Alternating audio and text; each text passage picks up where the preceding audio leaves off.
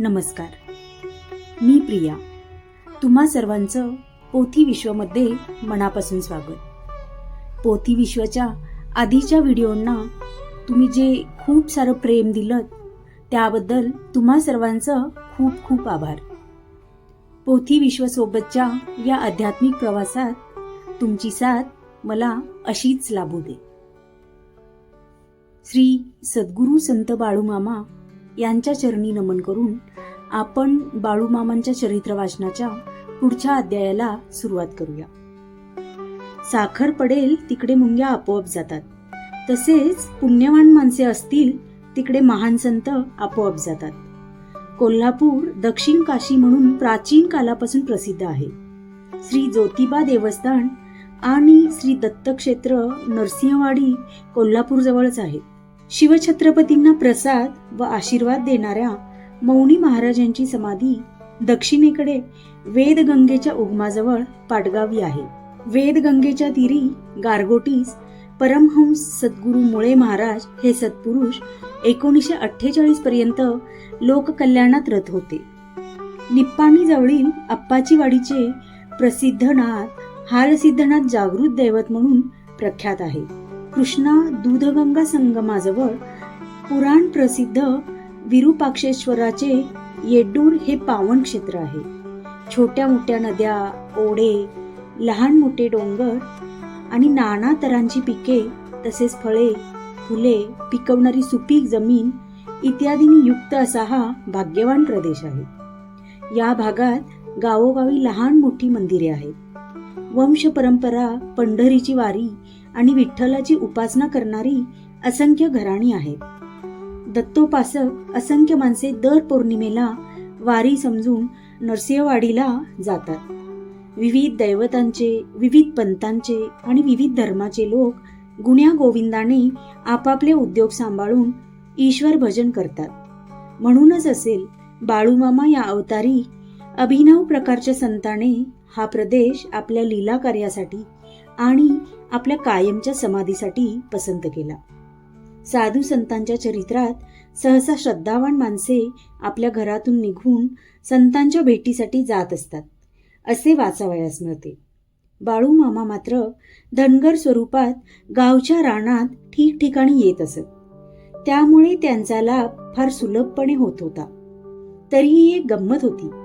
काही वेळा व काही व्यक्तींना मामा भयंकर शिव्या देत असत. माणसाची श्रद्धा तपासणे, अभिमान झाडावयास लावणे आणि त्याची संकटे नष्ट करणे असा मामांचा तिहेरी हेतू असे. पदरी पुण्य नसल्यास माणूस मामांपासून दूरच राहत असे. स्वच्छ धोतर, पूर्ण बाह्यांचा शर्ट, डोक्यावर रुमाल, पायात कातडी साध्या चपला, हातात मेंढ्या राखण्यासाठी एक काठी, सुमारे 6 फूट उंची, मध्यम बांधा, प्रमाणबद्ध सडपातळ शरीरयष्टी, निमगोरा सावळा वर्ण, आखीव रेखीव प्रमाणबद्ध चेहरा, भव्य कपाळ आणि भेदक नजर असे मामांचे व्यक्तिमत्व होते. बाळूमामा कानडी आणि मराठी अशा दोन्ही भाषा उत्तम बोलत. निरक्षर खेडवळांशी ते त्यांच्या बोली भाषेत संवाद करत. शहरी शिकलेल्या माणसांशी तसे शहरी छान मराठी भाषेत बोलत. सामान्य धनगराप्रमाणे त्या व्यवसायात आवश्यक ती सर्व कामे मामा स्वतः करत. दर एकादशीला उपवास करत. स्नान मात्र फक्त द्वादशीला करत. तथापि त्यांच्या कपड्यांना कधी घामाचा दुर्गंध येत नसे. शिवाय कपडे सदा नुकतेच धुतल्यासारखे दिसत. त्यांना भक्तिप्रेमाने चाललेले भजन फार आवडे. नाटकी दिखाऊपणाची त्यांना चीड असे. ढोंगीपणा, अनाचारी वृत्ती आणि अंधश्रद्धा यांना त्यांचा प्रखर विरोध असे. एका क्षणात माणसाचे अंतकरण मामा जाणत. त्यांना सर्व योगसिद्धी अवगत होत्या. त्यांची वाचा सिद्ध होती. ते त्रिकालज्ञानी होते. त्यांना धन, मान आणि संसार सुखे माती समान वाटत. ऐन तारुण्यात आपल्या चुकीमुळे त्यांच्या पत्नीला निघून जावे लागले. ती त्यांची आज्ञा मानत नसे. त्यानंतर मामांनी विवाहाचा विचारही केला नाही. आपल्या घराण्याचा धनगर पेशा सांभाळून साधाच वेश ठेवून ते सर्वसंग परित्यागी संन्याशासारखे मी आणि माझे अंतरंगातून झाडून तुकोबांसारखे किंवा एकनाथांसारखे राहिले. मामाजवळ आपला व परका असा भेद नव्हता. सर्वांना मामा आपलेच आईबाप असे वाटत. शास्त्राने पृथ्वी, पाणी, अग्नी, वायू व आकाश या 5 मूळ पदार्थांना पंचमहाभूते असे नाव दिले आहे. ब्रह्मापासून प्रथम निर्माण झालेले असा साधारणपणे अर्थ भूत या शब्दाचा आहे. आकाश अत्यंत सूक्ष्म पदार्थ मानला आहे. त्यापेक्षा वायू स्थूल म्हणजे जाणता येण्यासारखा पदार्थ आहे. वायूपेक्षा अग्नी स्पष्ट जाणवणारा पदार्थ आहे. अग्नीपेक्षा जल म्हणजे पाणी स्पष्ट दिसणारे आहे. पृथ्वी तत्व तर घनवस्तूच असते. सारांश आपल्या अध्यात्म ग्रंथात ही पंचमहाभूते सांगितलेली आढळतात. या 5ही महाभूतांवर मामांची कशी हुकूमत चालत होती ते खालील विविध प्रसंगातून वाचकांना समजेल. बेळगावकडील एक घटना. एक श्रीमंत शेतकरी होता. त्याच्या शेतात मामांनी आपली व सहकाऱ्यांची बकरी बसवली होती. शेतात रात्रभर बकरी थांबल्यावर त्यांच्या मलमूत्राचे खत जमिनीला मिळत असते. त्याचा मोबदला म्हणून जमीन मालकांकडून रोख रक्कम व ठराविक धान्य घेण्याची पद्धत आहे. त्या रात्रीसाठी चहा पाणी आणि भोजन व्यवस्था जमीन मालकाने करावयाची असते. हा श्रीमंत शेतकरी भारी कंजूस होता. त्याने चहाचे साहित्य फार थोडे पाठविले. जेवणाची व्यवस्था करण्याचे नाकारले. एवढेच नव्हे तर केवळ सुमारे 10 किलो मका धान्य म्हणून मामांना देऊ लागला. त्याचे हे अत्यंत स्वार्थीपणाचे वागणे बघून मामा संतप्त झाले. त्या भागातील सर्व माणसे त्या शेतकऱ्याच्या चिकूपणाबद्दल नेहमी ओरडत असत. मामांनी आपल्या पायातील एक चप्पल काढून हातात घेतली. जमिनीला 3 वेळा चप्पल मारत, इथून पुढे 12 वर्षे ह्या शेतकऱ्याला सर्व खर्च वजा जाता दर साल या मक्या एवढेच धान्य तू देत जा, असे मामा म्हणाले. बकऱ्यांचा तळ पुढे गेला. झालेली घटना मामा विसरून गेलेही असतील, पण जमीन त्यांचा हुकूम पुढे 12 वर्षे जशीच्या तशी अंमलात आणत होती.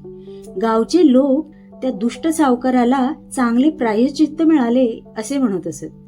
काही एकर क्षेत्र असूनही केवळ 10 किलो धान्य सतत 12 वर्षे तिथे पिकत होते. जनी जनार्दन अशी म्हण आहे. बहुसंख्य माणसांचे जे मत होते तेच मत सर्वांच्या हृदयात राहणाऱ्या देवाचे झालेले असते. मामा संतापी होते असे नाही. मामांसारख्या सत्पुरुषांचे मन आरशाप्रमाणे सर्वदा विकाररहित असते. त्यांच्या हृदयात ईश्वराचे मनोगत आपोआप प्रतिबिंबित होत असते.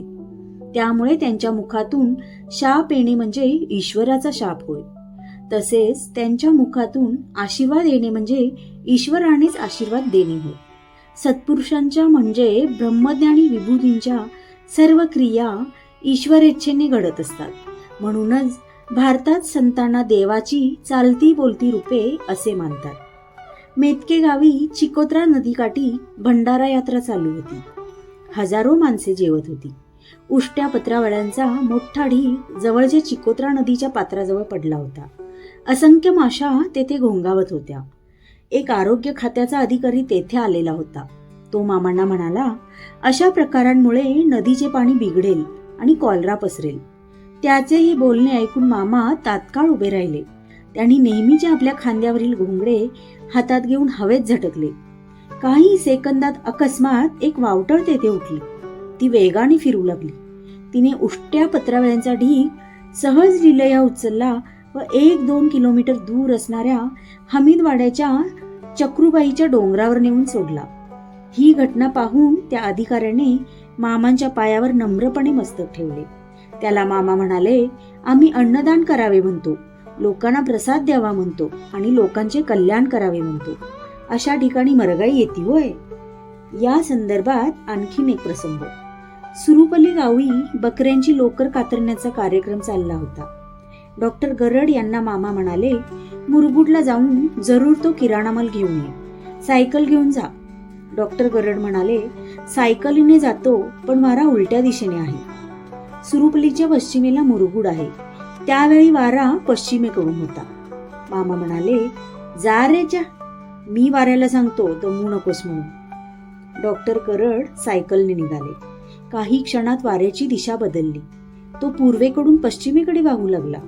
डॉक्टर गरड अनुकूल वाऱ्यामुळे आरामात मुरगुडला गेले. ते परत निघेपर्यंत वारा पुन्हा पश्चिमेकडून पूर्वेच्या दिशेने सुरू झाला होता. सायकल मारण्याचा काही एक त्रास न होता डॉक्टर गरड सुरुपलीला परतले. बेळगाव जिल्ह्यात रामदुर्ग तालुक्यात असणारे एक खेडेगाव. त्या भागात दुष्काळ होता. सलगपणे 2-3 वर्षे अवर्षण झाले होते. मोठी बिकट परिस्थिती होती. मामा बकरी घेऊन त्या भागात गेले होते. चारा पाण्याच्या अभावामुळे परतण्याच्या विचारात मामा होते. तेथील लोकांना मामा हे असामान्य सत्पुरुष आहेत याची जाणीव होती. त्यांना पाहून पुष्कळ लोकांनी गर्दी केली. ते मामांना म्हणाले, तू परमेश्वर आहेस, चारा पाणी नाही म्हणून परत जातोस हे तुला बरं दिसते काय? आम्ही आता काय करावं? आमची वाट कोणती ते सांग. आम्ही आता कसं जगावं? मामा काही बोलले नाहीत. लोकांनी पाऊस पडल्याशिवाय मामांना सोडावयाचे नाही असे ठरविले. बळजबरीने एका खोलीत 3 दिवस कोंडून ठेवले. अखेर 4थ्या दिवशी मामांनी आपल्याला घराच्या धाब्यावरती जावयाचे आहे, आपण पाऊस पाडणार आहोत असे म्हटल्यावर लोकांनी मामांना मोकळे केले. घरावर उभे राहून आकाशाकडे हात करून मामा काहीतरी पुटपुटले. काही मिनिटानंतर एक लहानसा ढग क्षितिजावर दिसू लागला. तो वाढू लागला, डोक्यावर आला, काळसर दिसू लागला. पावसाचे थेंब पडू लागले. पाऊस वाढू लागला. लगेच मुसळधार पाऊस सुरू झाला. सर्वत्र आनंदी आनंद झाला. मामा तेथून चटकन दूर गेले. त्यानंतर आपल्या हयातीत मामा त्या गावी कधीही गेले नाही.